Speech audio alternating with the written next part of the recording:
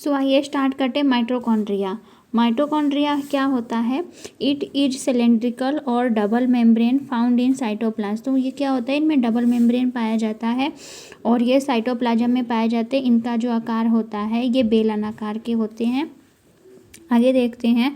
Shows a great degree of variability in their shape size and number. तो इनका जो shape होता है, साइज होता है, नंबर होता है, ये हर एक सेल में इन डिफरेंट होता है। तो इनके जो साइज, शेप और साइज और जो नंबर होता है इनमें बहुत ज़्यादा विविधता पाई जाती है, बहुत ज़्यादा वेरिएबिलिटी पाया जाता है।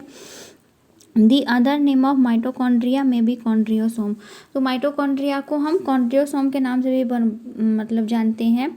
ये कोलिकर द्वारा 1880 में खोजा गया था। इन्होंने जो कीड़े होते हैं उनके स्टेरेटेड मसल्स में देखा था, यानी कि जो मसल्स वो बार बार मूव करते रहते हैं उनके अंदर इन्होंने माइटोकॉन्ड्रिया को देखा था। जो बेंडा थे इन्होंने इसका नाम माइटोकॉन्ड्रिया दिया था। जो माइटोकॉन्ड्रिया होता है ये डिपेंड करता है कि वो कोई भी सेल जो है वो कितना मेटाबॉलिकली एक्टिव है, यानी कि कोई जो सेल सबसे ज़्यादा कार्य करेगा उसमें माइटोकॉन्ड्रिया सबसे ज़्यादा पाए जाएंगे। इनका शेप देखते हैं। जैसे हमने यहाँ पे देखा कि इनका शेप जो होता है ये ऐसे होता है, यानी सिलेंड्रिकल शेप में होता है ऐसे, या फिर सॉसेज शेप में। तो जो लोग नॉन वेजिटेरियन होंगे उनको पता है सॉसेज किसको कहते हैं। तो ये सिलेंड्रिकल शेप में या सॉसेज शेप में होते हैं। इनका साइज देखते हैं कैसा होता है। A typical mitochondria having a diameter in the range of 0.2 से 1.0 माइक्रोमीटर। सो इनका जो साइज होता है या फिर इनका जो डायमीटर होता है वो होता है 0.2 माइक्रोमीटर से 1.0 माइक्रोमीटर तक। एवरेज में बोल सकते हैं कि इनका जो साइज होता है वो 0.5 माइक्रोमीटर होता है। इनका जो लेंथ होता है वो होता है 1.0 माइक्रोमीटर से लेके 4.1 माइक्रोमीटर तक। नंबर की जैसा कि यहाँ पे हमने देखा कि नंबर ऑफ माइटोकॉन्ड्रिया किस पे डिपेंड करेगा? कोई भी सेल मेटाबॉलिकली कितना एक्टिव है वो इस बात पे डिपेंड करेगा कि उसमें माइटोकॉन्ड्रिया कितने ज़्यादा हैं। वैसे यहाँ पे हम देखते हैं कि माइटोकॉन्ड्रिया का नंबर किस पे डिपेंड करेगा कि किस अमाउंट में वो सेल कितना वर्क डन कर रही है। ठीक है, देन आगे देखते हैं।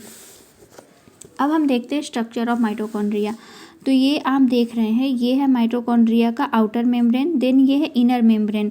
तो जो इनर मेम्ब्रेन होता है ये फोल्डेड होता है। जब इनर मेम्ब्रेन फोल्ड हो जाता है देन इसके बाद बीच में यहाँ पे कुछ द्रव्य होते हैं। तो जो द्रव्य होते हैं इनको बोलते हैं मैट्रिक्स। ठीक है, देन इनमें क्या पाया जाता है? इनमें डीएनए पाया जाता है। और जो ये द्रव्य जो यहाँ पे जो स्पेस बच जाता है इसको बोलते हैं इनर मेम्ब्रेन स्पेस। देन जो माइटोकॉन्ड्रिया का जो साइटोप्लाज्म होता है इसको बोलते हैं मैट्रिक्स। ठीक है, देन माइटोकॉन्ड्रिया में छोटे छोटे ग्रैन्यूल्स भी पाए जाते हैं और माइटोकॉन्ड्रिया में राइबोसोम भी पाए जाते हैं। और जो फोल्डेड संरचना, ये जो संरचना होती है इसको बोलते हैं क्रिस्टी। जो फोल्डेड पार्ट्स होता है उसको बोलते हैं क्रिस्टी। तो ये है माइटोकॉन्ड्रिया का पूरा स्ट्रक्चर। देन हम आगे देखते हैं माइटोकॉन्ड्रिया का बेसिक फंक्शन क्या है। तो हमको पता है कि ग्लूकोज हमारे अंदर पाया जाता है। ग्लूकोज को तोड़ने पर एटीपी जनरेट होती है जिससे हमको एनर्जी मिलता है।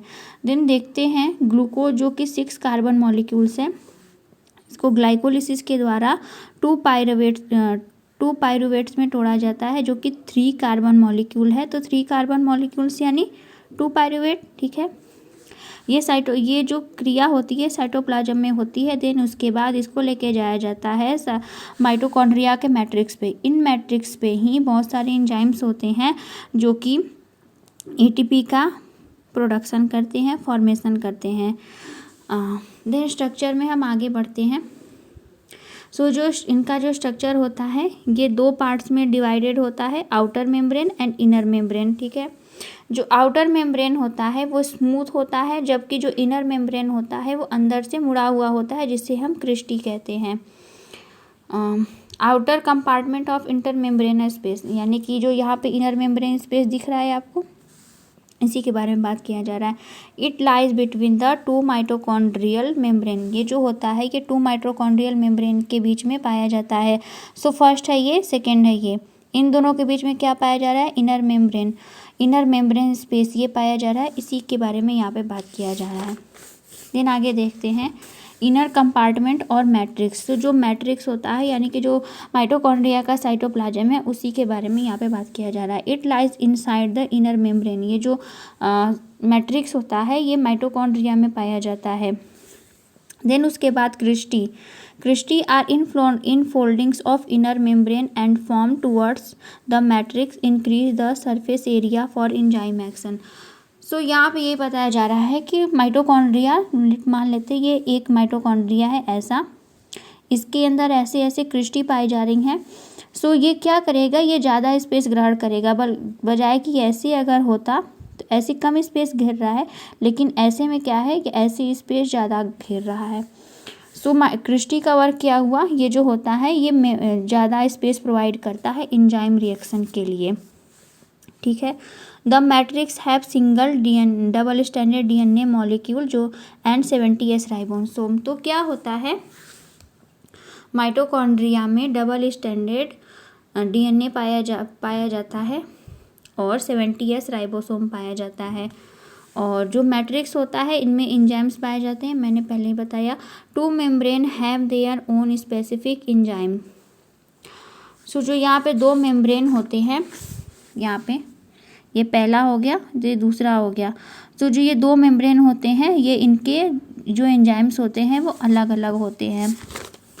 देन आगे देखते हैं the enzymes and electron carriers for formation of ATP are present only in the inner membrane. So जो अंदर वाला जो एंजाइम्स होता है जो कि मैट्रिक्स के पास होता है, जो मैट्रिक्स के पास जो एंजाइम होता है वो क्या करता है, वो इलेक्ट्रॉन को कैरी करता है, जिसकी वजह से क्या होता है ATP जनरेट होता है। आगे देखते हैं cristae and inner face have known like cristae and inner face have knob like structure called elementary particles or particles of Faraday and of F1 particles or oxysome. So इसको detail में हम यहाँ पे देखते हैं। देन हम ये मान लेते हैं ये क्या है, ये क्रिस्टी है। क्रिस्टी पर ये पाया जाएगा एक तरह का ये एक तरह का स्ट्रक्चर होगा जिसको कि F1 पार्टिकल, ऑक्सीजोम या फिर फैराइडे मोरन पार्टिकल्स भी बोलते हैं। ये क्या होता है, ये इसका होता है हेड रीजन। ये इसका क्या है, ये इसका हेड रीजन, इसको बोलते हैं स्टाक, और ये है बेस रीजन। ठीक है। तो यहाँ पे क्या होता है, ये मैट्रिक्स में पाया जा रहा है, क्रिस्टी है, क्रिस्टी के अंदर मैट्रिक्स है। ठीक है। सो जो मैट्रिक्स में क्या होता है, बहुत जब इनके पास इलेक्ट्रॉन आते हैं तो ये मूव करना स्टार्ट करते हैं। जब ये मूव करते हैं तो इनके आसपास जो भी ATP जो भी फॉस्फेट होते हैं उनको ये जोड़ते हैं, और जब ये जोड़ते हैं तो उनसे ATP का फॉर्मेशन होता है।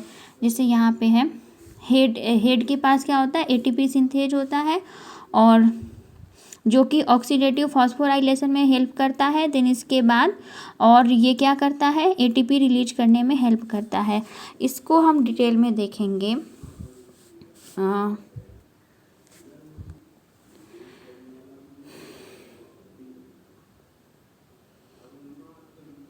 ठीक है। सो आपको ये वीडियो कैसा लगा प्लीज़ कमेंट करके ज़रूर बताइएगा। अगर अच्छा लगा हो तो प्लीज़ लाइक करिएगा। Thank you very much for watching this video. Hare Krishna.